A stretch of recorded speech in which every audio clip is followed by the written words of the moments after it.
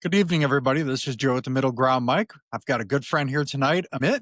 He's a corporate communication expert, TEDx speaker. He's going to join us tonight to unpack humane, practical playbook for navigating office politics. I know a lot about that. Leading with confidence, communicating with impact without losing your soul. And let me tell you, 25 years in office politics, it definitely can take a toll on your soul. Hey, Joe. Sorry. Go ahead and introduce yourself. Tell everybody who you are and what you're about. All right. Hey, Joe. I think I was very curious to jump in when you introduced me. It's nice talking to you.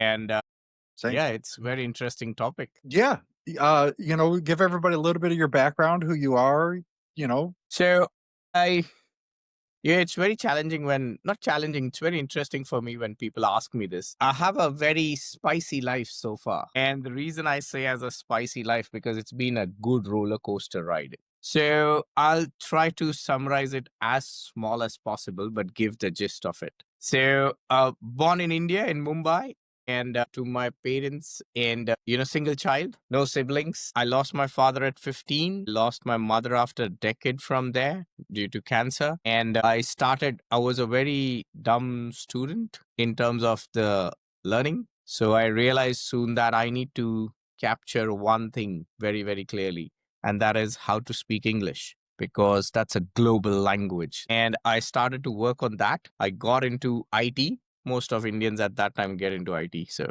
no big deal. But soon I started climbing the corporate ladders, go through all the hassles that I share about office politics and stuff. I worked in 7 countries, including United States, for almost 3.5 years. Good times for me. And now I'm in Australia. I'm a resident of Australia. Australia is definitely a big difference between especially America and Australia. Yeah, 100%. Talking a little, we had talked a couple weeks ago, and we talked a little bit about office politics, and how things change over time. You've been somewhere, wherever, for so long. I don't want to say you become a statue, right? But you essentially become a statue, and you've been at one place for so long. And then when the culture and the politics change, you fight to keep up, and you become the guy that goes, "Well, back in my day, we did it." How would someone battle that? Kind of like with your experience with office politics. Like, how does that influence? Politics is very interesting, right? The gist of the politics is that there are 2 people or 2 different parties, a group of people who are fighting for a completely different cause. Like in this case, it's for the country, the power to get onto the stage, the podium, and then handle it from their perspective, right?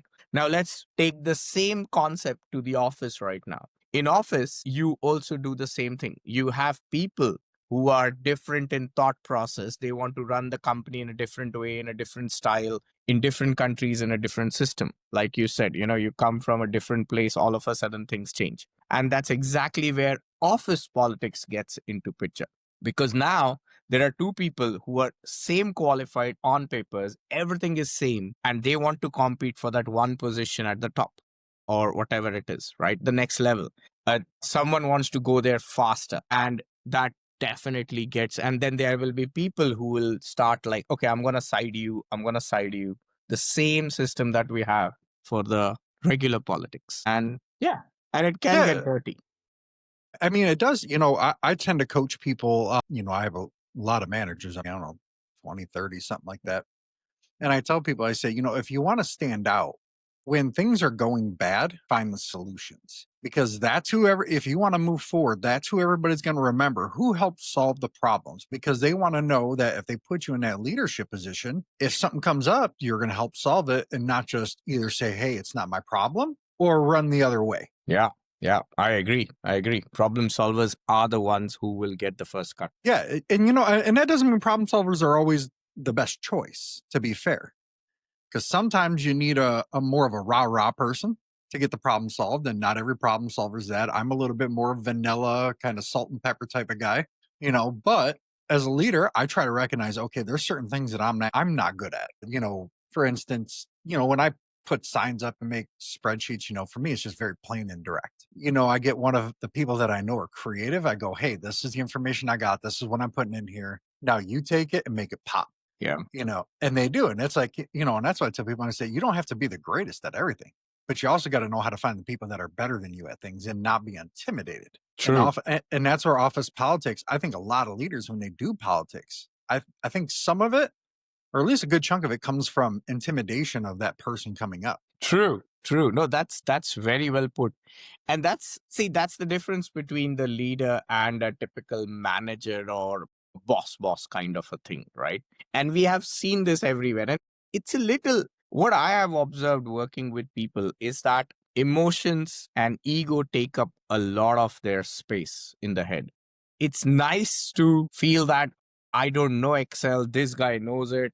But then in my head, I have that certain level of ego. I have certain level of pride. I have certain level of, oh my God, I can't, So it takes time for people to realize that, to come out of that boss mode and do the leader mode. And I know there's one reason as well, is because when you try to be sometimes to be a leader, there are people who also take undue advantage of that. And these people come out like a soft person at the end of the day. They don't command, they don't have that. When you have to command something, you need to have the power in your voice as well. You need to have the power in your body stance as well. You need to showcase that with all your might. It's just not the words anymore. Right. So one of the things that I learned from my mentor was that it's not what you say, but it's how you say matters. Yeah. I mean, that's huge. Yeah. And that's been a fundamental thing for me. And I've observed this time and time out. Huge people, you might get scared looking at them, or someone who looks like a very timid person. But man, when they take a stance, you're like, all right, that's a person. That's a leader I would love to follow. Yeah. And I think that's what attracts people to loud and flamboyant leaders, because they're like, okay, at least this guy's got something going on, where the other person may just look, even if they're not, if they come off a certain way, they look disengaged. They look like they're not present, even if they're present, but you got to give off that impression that you're present, because if you don't, people like, they're just not, they're going to tune you out. They're not going to tune in. You're just spinning your wheels in place. Yeah. Let's talk we had talked a little bit about, humility, and then, we talked a little bit about, health setbacks. How does all of that kind of factor in, like combining the office politics with that and with like a little bit of the health setbacks, where did that take you from the start? Like kind of, and then how it guided you going forward? Yeah. In my case, so I've not been a very technical person from the start, right? I was not a coder kind of a person. So for me, it was very simple in my head that I want to do the work which is client centric, where I can show my face, I can talk. But the problem soon I realized that it's just blabbering or talking is not going to help. You need to have the knowledge as well. Right. And I still remember this is back in 2015 or 16, where I was managing a huge project from Brazil. It was 43 people that I was working with. I was asked to present my, what's happening. Hey, why don't you share it with the larger group? People like to know, blah, blah, blah, because it's just been close to 3 weeks that we started. And big room, 20 people there, because it was a different location. So people on the calls and stuff. And I started the presentation, and around 12th or 13th minute, one of the senior most manager got up saying that, Amit, great slides, by the way. I don't understand what you're trying to communicate. Now that was a kick on your butt. Yeah. Because you send the agenda, everyone knows what the hell it is. The meetings, the title says it. Everyone knows that I'm presenting. And this guy stands up and says that he doesn't understand what I'm communicating. And my English is decent enough for everyone to understand. At that point, I know it was like, I was gonna not kill him, but like You go felt and like it. slap him. Like, what the hell are you talking? But I was massively embarrassed. Massively. I was like in my tears. I somehow finished it, just ran and literally went to the toilet and started crying. So like, what the hell? He insulted me.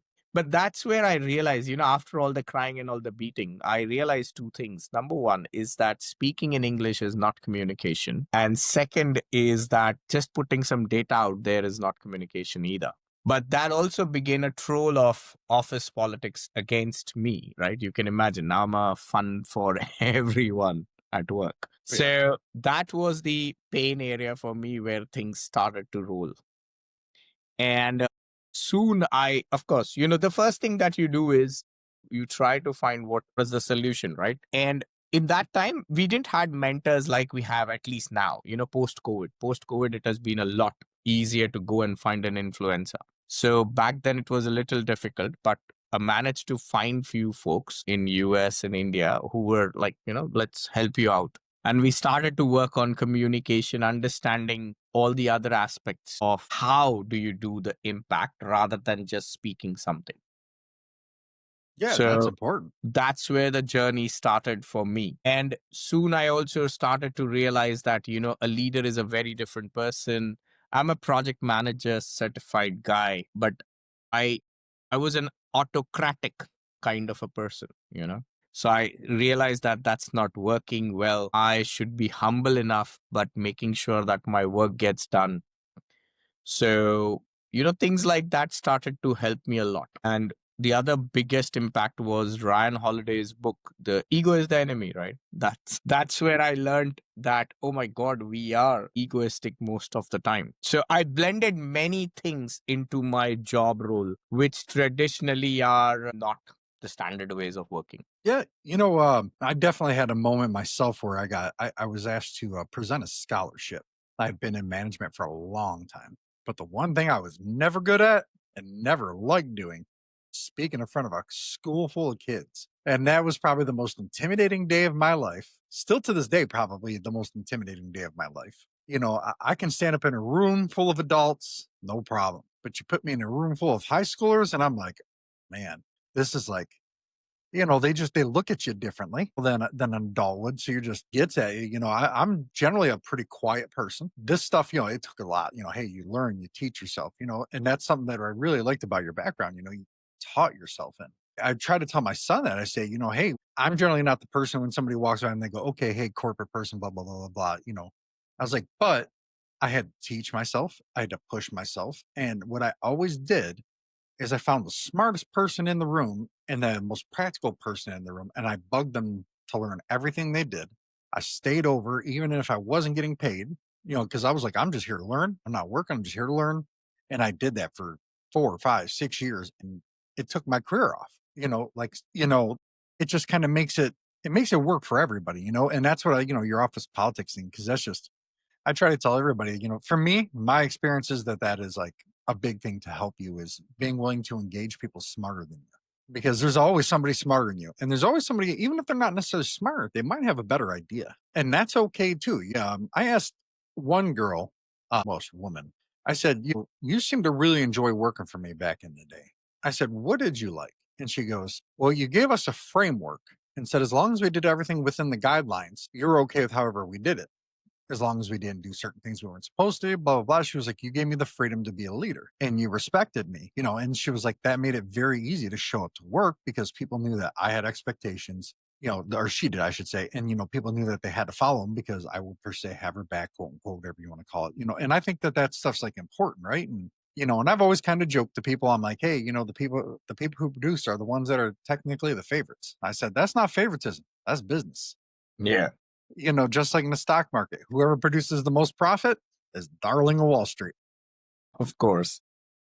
You know, I like that thought because, and I 100% agree with you on two things here that you mentioned is that one is that you give the framework, let others decide how to do it, because that how is where they will bring their own skills, qualities, whatever they have. And now they have a guiding system that's the starting point. Don't go beyond this. All good. And the other thing that you mentioned was about how you actually sit and query someone so that you can get the understanding and you understand that you're not the smartest one, but there's someone, but you're willing to learn. So that's a positive signs of the leader in a way, correct? yeah, yeah. I don't want to say it's necessarily like a lost art, but a lot of people tend to see that these days is depending on the situation. Some people see it as weakness. Some people see it, because they'll be like, oh, well, you're not sitting there micromanaging them, every little move. And I'm like, if I've got to do that, why did I hire them? I have a life too. I love my boss to death. She's a great woman, but man, she is just she she she's just laser focused 24/7. I said, man, my mind is not that sharp. Yeah. Not as hers. But everybody has their thing. But kind of talk a little bit about your CCC framework. Yeah. Let's start with that master yourself part. Yeah. So I started in 2020, when I realized that I've been working all the while. I'm still working right now because I still love my job, what I do. And in 2020, before 2020, I was working with Project Management Institute as well. I was volunteering with them for close to 5, 6 years. I was part of the Agile questionnaires, trainings, part of the project management sessions and stuff. 2020, I realized that, hey, you know what? I think I can do something on my own as well. And that's where I thought, let's start with something. So I started with storytelling. Then I realized storytelling is just one small snippet of the communication world and stuff, because people need to know. Even if I tell them how to tell a story in a presentation, they need to really know how to articulate it well to make an impact, correct? So that's everything right from the start of the presentation to the end and stuff like that. And while thinking about all of this, of course, frameworks are the best way where you can put all your thoughts so that it gets structured. No worries. So that was the stepping stone. So CCC is calm, clear, and collaborate.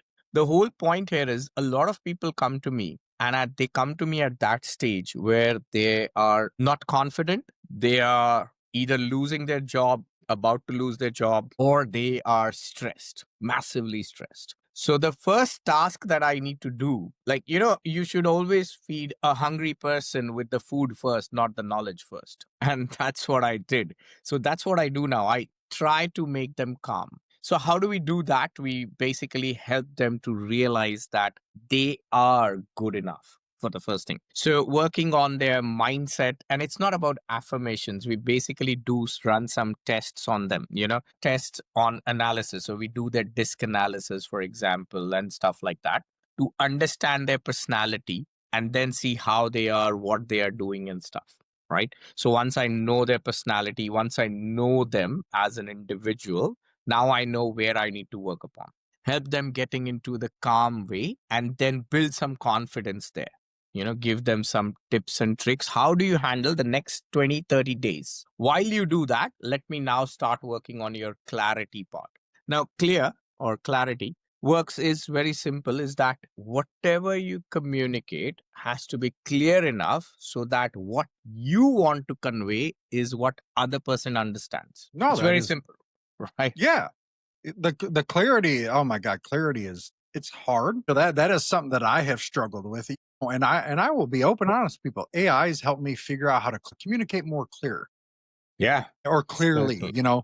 It's really giving me that, like, if I'm not sure how I should word something, and I don't want to generally ever be like, okay, hey, I should say it just like this, but it'll give me, okay, this is the frame of mind that it maybe should be given in, and that's why I tell people, don't be afraid of AI in that aspect. If you've ever put your face out on the internet, I hate to tell you, everything you know about is already out there. Everything about 100%. is, so don't let that sway you away from a tool that could help you. True, true. No, I certainly agree with you. We have our own AI as well, for that matter. So now what we do is, in the clear world, is that what is the day-to-day tasks that all my clients do, because they come from corporate. So day-to-day, they handle presentations, like weekly presentations, emailing.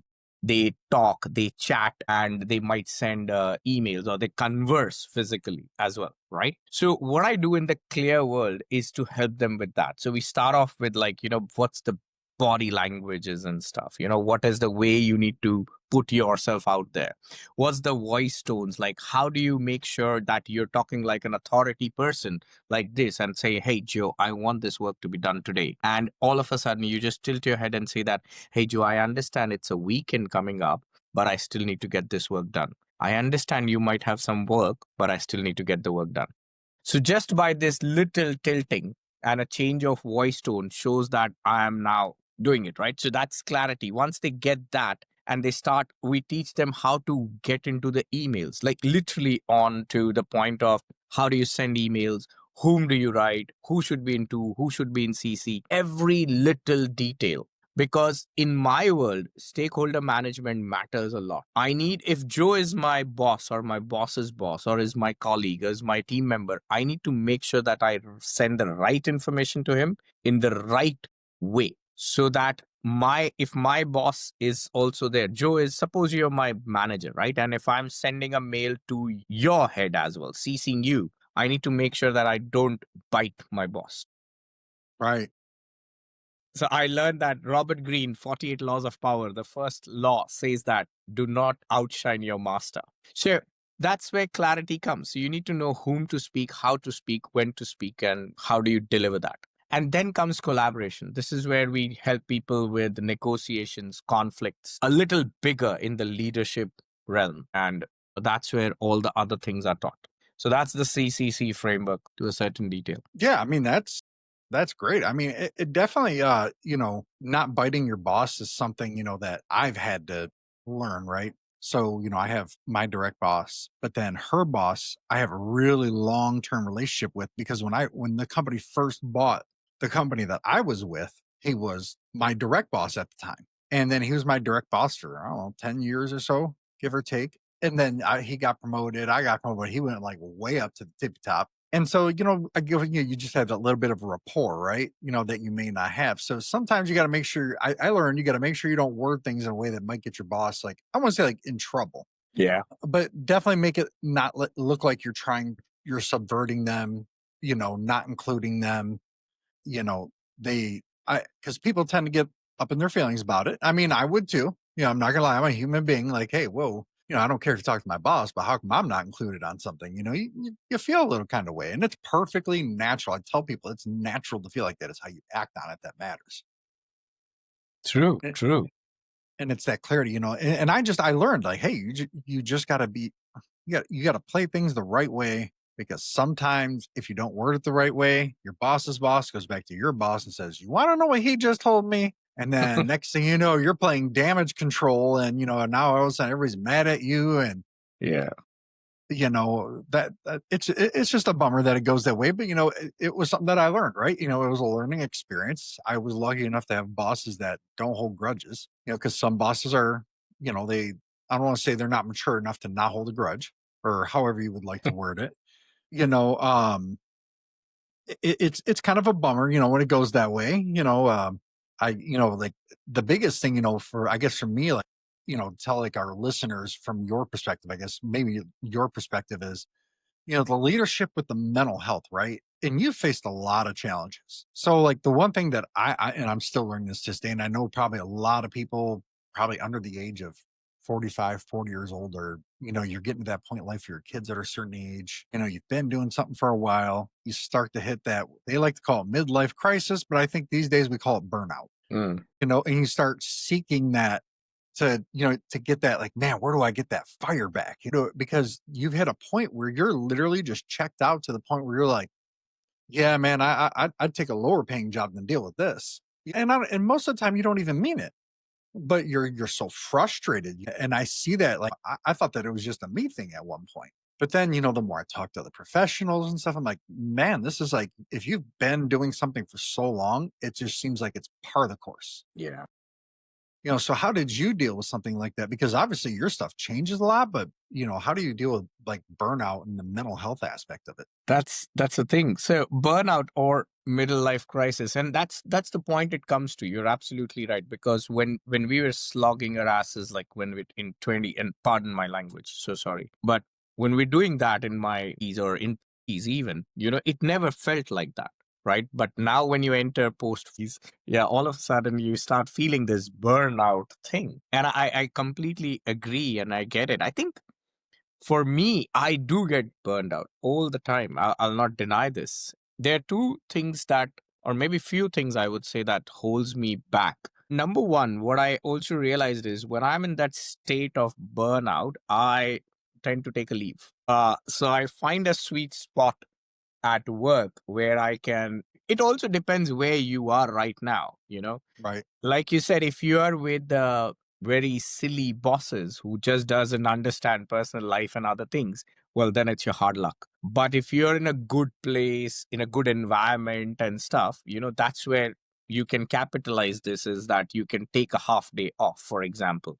The most important thing what I learned is that the showcasing of burnout should not happen at work.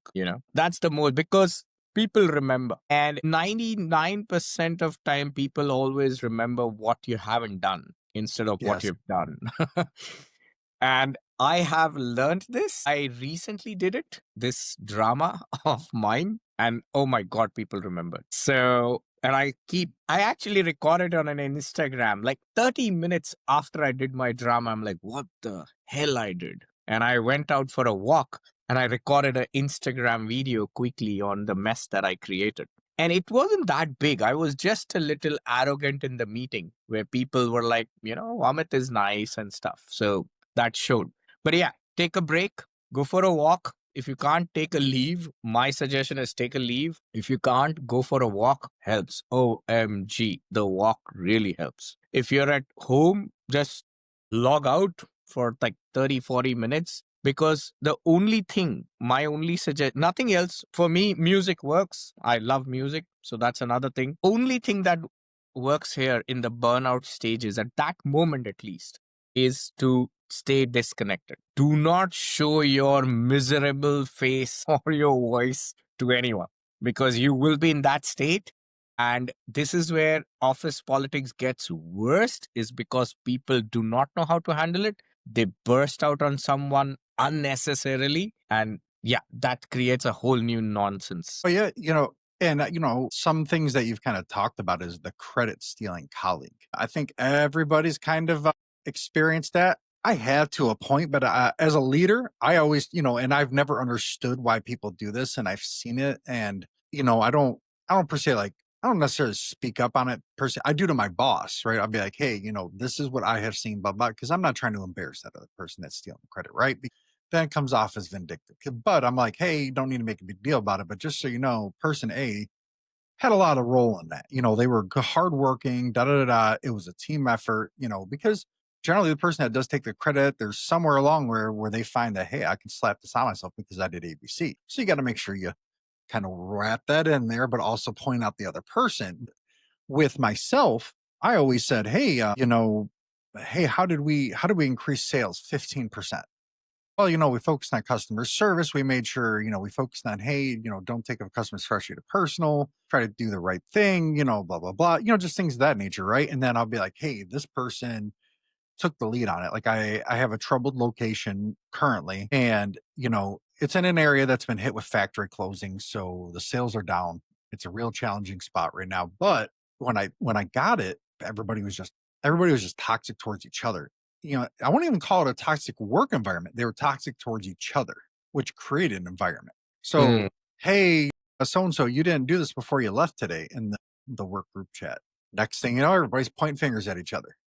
And it took me about 2 months, but I finally got everybody out of it. My bosses were like, you ever need to fire some people? I'm like, this was the culture that was already here. It wouldn't be fair to them to just do that because they didn't bow right away. I'm like, you have to change their thinking, change their habits, and you have to get them to see that there's a better way to do it so that they're happier. yeah. It's amazing to me that is like a foreign concept. Like people are just like, what? And I'm like, yeah, you can actually talk to somebody about something without being mean. Like I would say, like at my show, the middle ground mic. And that's kind of how I've always tried to approach the workplace, a middle ground. Because I know, I tell people, highlight your great attributes, boost them up, find people that can help you get those weaknesses, shore that up a little bit, but always highlight even people below you, highlight their great attributes, Yeah. and say they're working on this. This is what we're doing for this. This is how we're going to measure the progress. This is the end goal. Boom, boom, boom. And I say, hey, this is what we got to do. We create a nice little tracking thing for them. All right, man, this is where you think you should go. This is where I think you should go. We come to an agreement. All right, we're going to spend the next 8 weeks doing this. And when you do that, people are like, this person believes in me and they want to see me do well. And then they buy in. And then that's what you got to do. And then they see, I had the girl at the trouble location who's running it. She's doing an on job valuation. And she had been passed over so many times, so many times. And they're going, oh, why is she frustrated? Why is she frustrated? I'm like, well, the previous person kind of told her, oh, it's going to be yours. It's going to be yours, and promised her the moon and then didn't deliver. I said, you know what I've told her is I said, you know, give me 6 months. I said, I can't promise you anything. I said, "But if you do ABC, you do ABC, you keep improving. I said, you will get noticed by the people who make certain decisions. I was like, that's what you got to do. You know, if you want to move up in office politics, especially, well, you gotta toe the line that your boss toes to a point. Put your little influence in there, but you got to toe the line. 6 months ago, people would have been like, I'd never promote her. I'd never even give her a chance. Now, when she goes into we have weekend meetings, she comes out, they're all going, man, she really knows what she's doing and she's really pushing it. And I just, and I give her little tidbits and she just keeps expanding. And now the one thing I'm teaching her is you got to let go of a couple things and put them on other people. Don't do it all yourself just because you know you can do it better than them. They've got to learn. That was something that I got to learn. My boss said, hey, man, if you want to move forward, you got to let go. And I'm like, well, what if they don't do it right? You're going to yell at me. And he was like, well, yeah, you're responsible for teaching them and following up with them, but you can't do it all. And he goes, you'll burn out. You won't sleep. And it's easy to do that in your 20s. But I tell everybody, I'm like, man, you get into your 40s and you're sitting there going, man, I am glad I taught people to do things because I do not got the energy like I used to. Yeah, I'm sure certainly. you value your sleep now too a lot more than you did 20 years ago. That sleep is important. But kind of getting back to the credit stealing colleague, right? You know, from your perspective, why, I mean, obviously, kind of talk about a little bit what you went through, but also kind of give like your perspective of why why somebody would do that rather than just being like, hey, include that person because you're both going to look good. Second, you're going to get people to support you for that goal or that job that you're aspiring to because they're going to say, hey, he's including me. So I just, maybe from your perspective, talk about what you went through and why people do things like that. Yeah. So I heard you, and your points are valid in the sense of, get others, help them and get them onto a speed like you did for that girl who actually started showcasing stuff. Now, when it comes to credit, and please note that I have worked in different countries. So the way I see things, and I don't want to sound like a negative, toxic leader. Okay, but I'm sharing what actually happens on the ground as well many a times. There are two things that happens. One is that there is a credit stealer who knows who's stealing the credit. And the other one is that someone just does it unknowingly out of the help, out of that. Like you said, right? Your boss told not to go and take up a lot of work, right? But imagine if you keep doing it, in a way, you're taking away a lot of credit from others because you're doing the work that others should do it. You're not doing it intentionally. You're doing it from all your nice heart, but that's not the world sees it, right? So Right. that's the part one. The second is who do it intentionally. Now, in the unintentional world as well, or in the intentional, you also mentioned that we start off with something positive about that person and their attributes and then build it on that. Where I have learned here is that, so I come from a place like India is a very multicultural country. On top of that, I worked in 7 countries, countries like United States, Sweden, Philippines, China, Bangladesh, now in Australia. Okay. I have personally witnessed that when you start with something optimistic about someone, a lot of time they have a seed of doubt in their head as to why this person is praising me. And this especially comes when you are a senior to that person. See, because a lot of people culturally are also developed in such a way that give me instruction ABC and I'll do instruction ABC. Now, all of a sudden, before giving the instruction ABC, you're coming up with 3 nice things about them. And they're like, oh my God, am I going to get A, B, C, D, E, F as well today? So you got what I'm saying, right? So Yeah. that's where I am very, very mindful most of the times. How do I put out things? Okay. So that's part one. The second is there are people who will take the credit because there are 2 things that's happening, especially in today's day and age, is that there are jobs. Remember when I said at the start, this person has the same quality, this person has the same skill set, everyone, they're all fighting towards the top.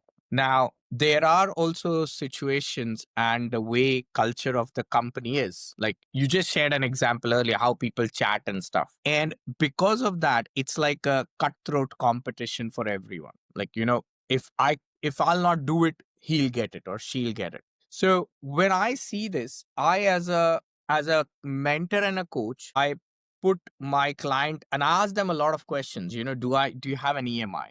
What's the family? Do you have a mortgage? What's your family stuff and things? Because when I tell my clients, I always tell them this one thing is that remember the person who's taking your credit, you do not know everything about that person. And it's a fact. You need to learn that because you do not know how they have been born and brought up. You do not know their current situation. They might need the next salary hike more than you in their heads or whatever. It could be pride, it could be money. And unfortunately, whatever we can say, it's a nice world, of course, but people will go and do what they have to do for what they want. Yeah, it's natural. I mean, it's part of the human spirit, really. Yeah. Whether So even if it's good or bad, they're going to do it. yeah. And in this case, this is where I exactly wanted to thought is that in their head, stealing the credit is not something bad. And Yes, that's the 1000%. fundamental problem that starts. Because now you're fighting a battle with someone who is like, I'm not doing anything wrong. Right. It's accountability, right? People, it's they don't, and it's not even saying that there's like you were saying, they don't think they're doing anything wrong, but it's that accountability aspect that maybe they don't understand what accountability is, Yeah. and that kind of leads to that. Like you're saying, unintentional stealing it, so they're not going to think that it's wrong because they don't understand how to be accountable to it. Yep. Yep. And to help that, I have a very simple system that I train everyone. I've been doing it because it helped me journaling. Right. And it's a pain, but here's a simple thing. Open up an Excel sheet, put a date, a day column. So date, day, what day it is, what date it is, and your task, how much efforts you took, and a comments. That's all. Just start doing it every day. I know it will be a little hassle, but once you get into the system, you'll do it. And what will start happening is that you'll start taking notes about your own work. And when you use that for 20 days, and I've done this because there was something that happened with me back in 2010 in US, blah, blah, blah. And I had the notes of 28 days with me.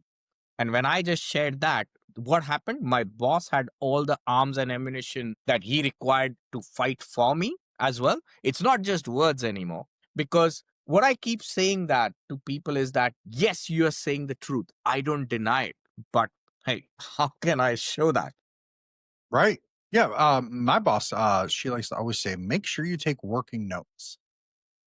She is the queen of working notes. I swear to God, that woman probably has an encyclopedia of working notes somewhere. No, I can say when I went under her division or whatever, I was very nervous because her and I had worked together before, and it wasn't the greatest working relationship. But now, 10 years later, we work really good together. We relate really well. And now I understand a little bit more about who she is because I've been in the position she used to be in. So Nice. now I understand where she was coming from, and sometimes it's that perspective is just as critical. Perspective. I have a phrase where I say perception often is reality. Yeah, well said. And so kind of building on that, like what are some toxic patterns you see in some of these things that really bring up a lot of these problems and things of that nature? I think the toxic patterns is when people start becoming over soft to you. Oh yeah. Yes. Yeah.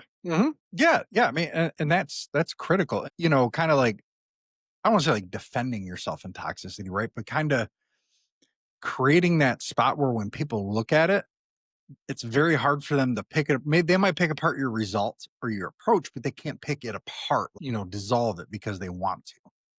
You have to, and if you do something like the working notes, things like that, when it comes time to sit down face to face, talk about the problem, hey, we got to take this. To be honest, the conversation goes a whole lot smoother rather than it becoming a mudslinging contest. Because if you don't have those things, if you don't have certain kind of conversations, it can get bad and it'll turn toxic because then it just turns into everybody pointing the finger. Everybody's mad at everybody. It's life lessons, and that's the toxic part is very hard because sometimes what I've learned is people have a hard time figuring out what is frustration and what is toxic. Because a lot of people say when you try to address toxic, they go, well, you're telling me how to feel. No, I'm not telling you how to feel.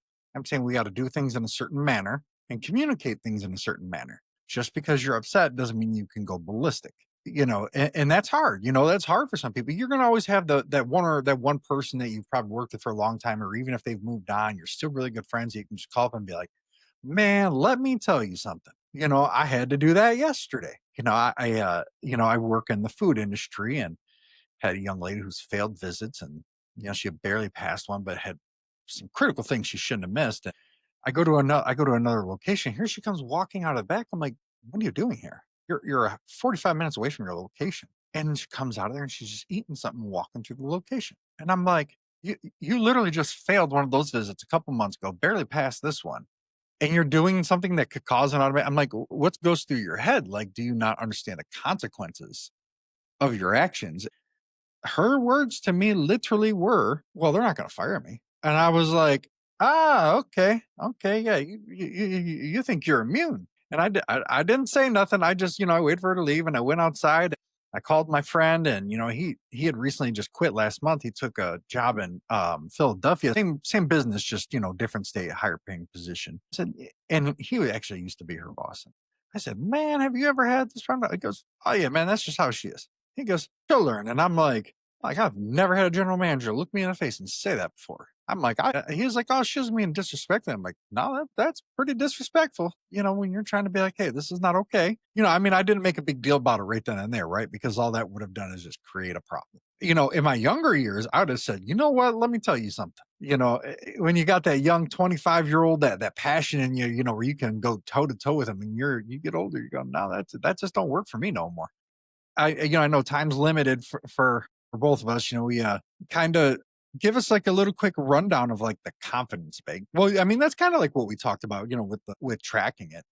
So but how would somebody build their confidence in office politics? Kind of relating to, how what you went through, right? Like, how do you build your confidence while retaining who you are? Because you don't want to be unauthentic, because people, whether they're good people or bad people, they can pick up on a fake a mile away. It's like in our gut as humans. Yes. Yeah.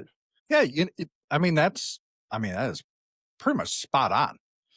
That's you got to learn, and that takes time, and it's hard, and that's the one thing I'm very critical of education institutions. And I know the ones that I've dealt with. I'm not knocking everybody, so nobody come for me, please. you know it's they don't teach some of those, I call them little nuances, right? Because those little nuances make the world of difference. And they just kind of teach you, can you recite from the book and we'll call you good. But Amit, I really appreciate you coming on today. Everybody, if today, want to talk, just give everybody a way, like, hey, this is your company. Like, hey, how can they get a hold of you? Awesome. Thank you. Heck yeah. And everybody, I would encourage you to do that. If while you're reading one of these books, folks, we got our own branded coffee coming out next month. It's called MiddleGround Coffee. Kind of works out with the name, and I thank you everybody for joining us. It's great having you on. Remember, everybody, stay kind, love one another. Remember, we all come from the same dirt. We'll return there one day. Or like our new slogan says, there's no left, no right. We're going to go straight forward, and we'll see you all next time.